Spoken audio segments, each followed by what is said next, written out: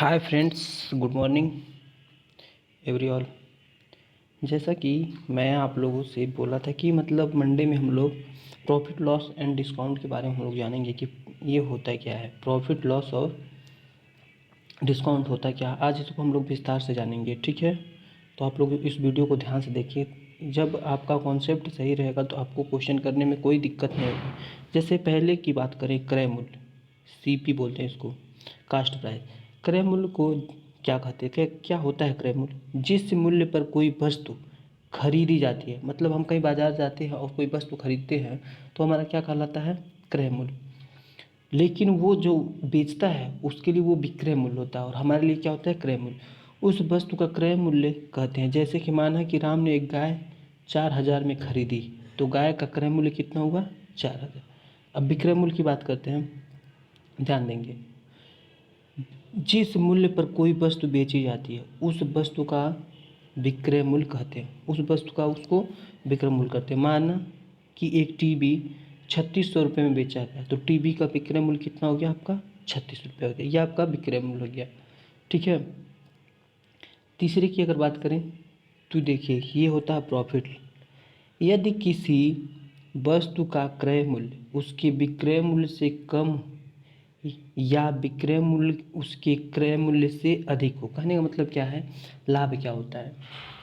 जैसे कि हम वस्तु 10 रुपये में खरीद के लाते हैं और 12 रुपये में बेचते हैं, तो यहाँ पे हमें क्या हो रहा है कि 2 रुपये की प्रॉफिट हो रही है, ठीक है। तो मूल्य देखिए, इसे मूल्य उसके क्रय मूल्य से अधिक हो। जब क्रय मूल्य अधिक होगा तभी क्या होगा? लाभ होगा, अन्यथा हानि होती है।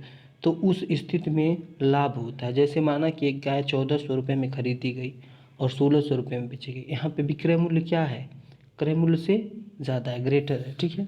तो लाभ बराबर क्या होता है आपका? विक्रय मूल्य में से क्रय मूल्य को अगर हम घटा देते हैं तो आपका जो निकल के आता है वो क्या होता है? लाभ। इसका मतलब यहाँ पे 200 रुपये का क्या हो रहा है? लाभ हो रहा है।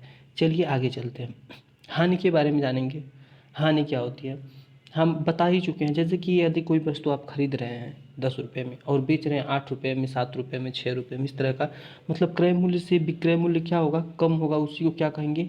वहीं पे हानि होती है। जैसे यदि किसी वस्तु का क्रय मूल्य उसके विक्रय मूल्य से अधिक हो, विक्रय मूल्य उसके क्रय मूल्य से कम हो, तो ऐसी स्थिति में क्या होती है? हानि होती है। जैसे मोहन ने एक घड़ी 425 रुपये में खरीदी और 400 रुपये में बेच दी। 425 में खरीदी और 425 में बेच दी, तो यहाँ पे क्या हो रहा है आपका? 25% की, 25 रुपये की क्या हो रही है?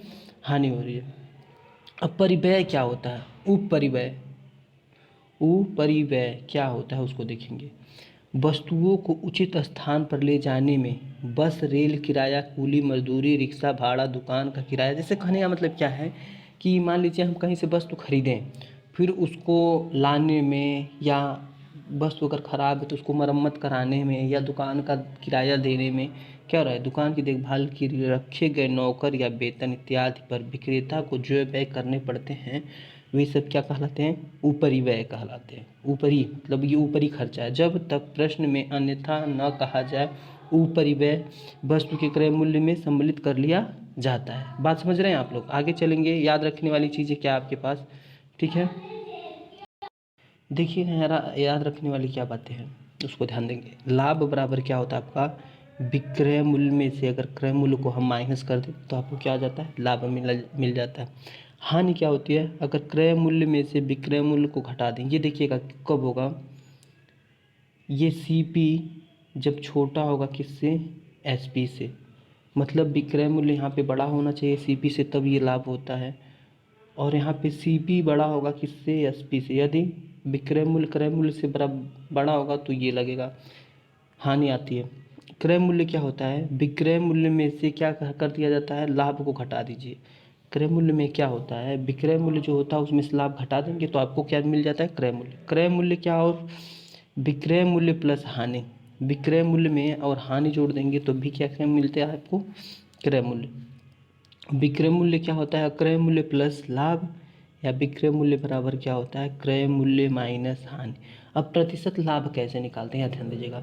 तो लाभ की अगर बात हुई तो कितना रुपए का, जितना को रुपए का लाभ हो रहा है, जैसे हम बताते हैं आपको। जैसे कि 10 रुपये में कोई एसपी, मतलब सेलिंग प्राइस आपकी 10 रुपया है और कास्ट प्राइस कितना है? 8 रुपया। ध्यान दीजिएगा, 10 रुपये 8 रुपये में कोई वस्तु खरीद के लाते हैं और 10 रुपये में बेच देते हैं, तो प्रतिशत लाभ बताइए। तो पहले इन दोनों में लाभ कितने का हुआ, 2 रुपये का, तो 2 बटा, यहाँ पे हमेशा सीपी ही रखते हैं, याद रखें, चाहे लाभ हो चाहे हानि हो, यहाँ नीचे हमेशा जो है सीपी आएगा। तो यहाँ पे आपका क्या हो जाएगा, 8, और गुणा किसके, 100 के। 2 से अगर इसको काट देंगे तो 2 चौका 8, और 4 से इसको काटेंगे तो 25 चौका क्या बनेगा, 100। इसका मतलब 25% का जो आपका क्या हो रहा है, लाभ हो रहा है। तो ये प्रतिशत लाभ बराबर क्या होता है, लाभ गुणा 100 बटे क्रय मूल्य। इसी प्रकार प्रतिशत हानि के बारे में जान लें। प्रतिशत हानि क्या होगी, ठीक है, देखिएगा, वही हानि अब निकालेंगे, जितने रुपए की हानि होगी गुणा 100 बटे क्रय मूल्य, वही चीज़ है। बस हानि की जगह हानि होगी तो हानि लगाएंगे, लाभ होगा तो लाभ लिखेंगे यहाँ पे, ठीक है।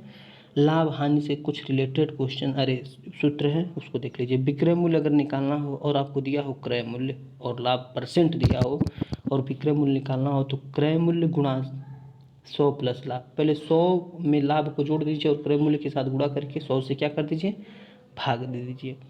विक्रय मूल्य जैसे कि एक ले लेते हैं, अगर सीपी दिया है आपका 10 रुपये, सीपी कितना दिया है, 10 रुपये, और लाभ परसेंट दिया है 20 रुपये, ठीक है, 20% लाभ दिया है, ठीक है। तो आपको क्या निकालना है, विक्रय मूल्य निकालना है। तो क्या करेंगे, क्रय मूल्य गुणा 20 को किस में जोड़ना है, 100 में, 120 हो गया बटे कितने के, 100 के, कर दीजिए 100, 0 से 0 कट गए, ये 0 से 0 कट गया, तो बचा कितना आपका, 12%, 12 रुपये। विक्रय मूल्य कितना हो जाएगा आपका, 12 रुपये। आई होप आपको ये चीज़ समझ में आएगी। इसी प्रकार विक्रय मूल्य अगर हानि दिया हो तो क्या करेंगे, लाभ रहेगा तो जोड़ेंगे, और अगर हानि रहेगी तो क्या कर देंगे, वही चीज़ घटा देंगे। चलिए चलते हैं नेक्स्ट।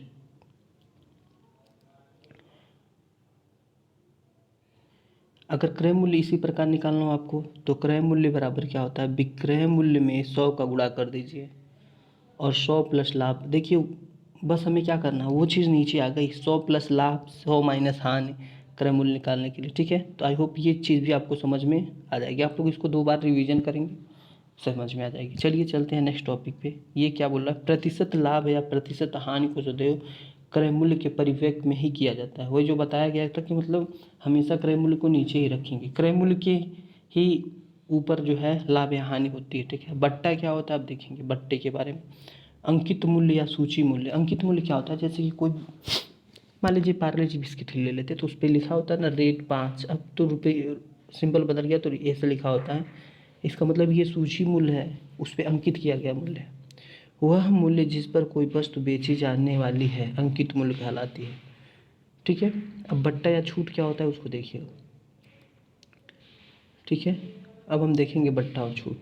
किसी कारणवश सामान खराब हो जाने के कारण अथवा पुराना हो जाने से या सामान की बिक्री बढ़ाने के लिए थोक विक्रेता खुदरा विक्रेता को अथवा खुदरा विक्रेता क्या करते हैं, जैसे कि एक कोई कंपनी होती है, वहाँ से हम कोई माल लेते हैं और उसको पब्लिश करते हैं, पब्लिक में बेचते हैं, उसी को क्या कहते हैं, खुदरा विक्रेता। ग्राहक को समान वस्तु अंकित मूल्य से कम दाम पर बेचता है, अंकित मूल्य से जो कटौती की जाती है वह बट्टा कहलाती है, ठीक है। नेक्स्ट चलेंगे। सामान्यतः बट्टा अंकित मूल्य के प्रतिशत के रूप में ही व्यक्त की जाती है। अब बट्टा से रिलेटेड कुछ फार्मूले याद रखेंगे। बट्टा बराबर क्या होता है, अंकित मूल्य में से अगर विक्रय मूल्य को घटा देंगे, जो अंकित मूल्य दिया होता है उसमें से विक्रय मूल्य घटा देंगे तो आपका क्या निकल जाएगा, बट्टा। इसी प्रकार विक्रय मूल्य अगर निकालना हो तो अंकित मूल्य में से बट्टा घटा देंगे, अंकित मूल्य निकालना है तो विक्रय मूल्य में प्लस बट्टा जोड़ देंगे। अब प्रतिशत बट्टा क्या होता है, जितना बट्टा दिया जाता है गुणा 100 बटे अंकित मूल्य, ठीक है। चलिए चलते हैं नेक्स्ट टॉपिक पे। देखिएगा, दे रहा है बट्टा की राशि, अगर बट्टे की राशि निकालनी है तो क्या होता है, सूची मूल्य गुणा बट्टा और गुणे दर। सूची मूल्य बट्टा दिया रहेगा आपको, दर दिया रहेगा, और बट्टे की राशि पूछेगा तो सिंपली इस फार्मूले से निकाल देंगे। विक्रय मूल्य पूछेगा आपको तो अंकित मूल्य दिया होगा, बट्टा दिया होगा, दर दिया होगा, तो 100 में से बट्टा और दर को जोड़ के 100 में से घटा देंगे और बटे 100 कर देंगे। इसी प्रकार अंकित मूल्य का क्या होगा, अंकित मूल्य बराबर होगा विक्रय मूल्य में से 100 का गुणा कर दीजिए और 100 में से बट्टे को घटा दीजिए। आई होप आपको ये चीज़ समझ में आई होगी। नीचे क्या दिया है देखिएगा, विक्रय मूल्य अंकित मूल्य से हमेशा क्या होगा, छोटा होगा। प्रतिशत बट्टा अंकित मूल्य के परिकल्पित किया जाता है, ठीक है। बट्टा दर का तात्पर्य बट्टा प्रतिशत से होता है। आई होप आपका आज का ये वीडियो आपको बहुत ही अच्छा लगा होगा। अब इससे रिलेटेड क्वेश्चन हम आगे करेंगे, तो आप लोग इस वीडियो को ध्यान से देखिए। और प्रतिशत से संबंधित जो भी क्वेश्चन आपको देखने जो एग्ज़ाम में आपको डायरेक्टली पूछे जाते हैं, पीछे वीडियो में बताया जा चुका, आप लोग वहाँ पे जाके उसको देख सकते हैं। तो मिलते हैं अगले दिन नए टॉपिक के साथ। तब तक के लिए अपना ध्यान रखिएगा। धन्यवाद।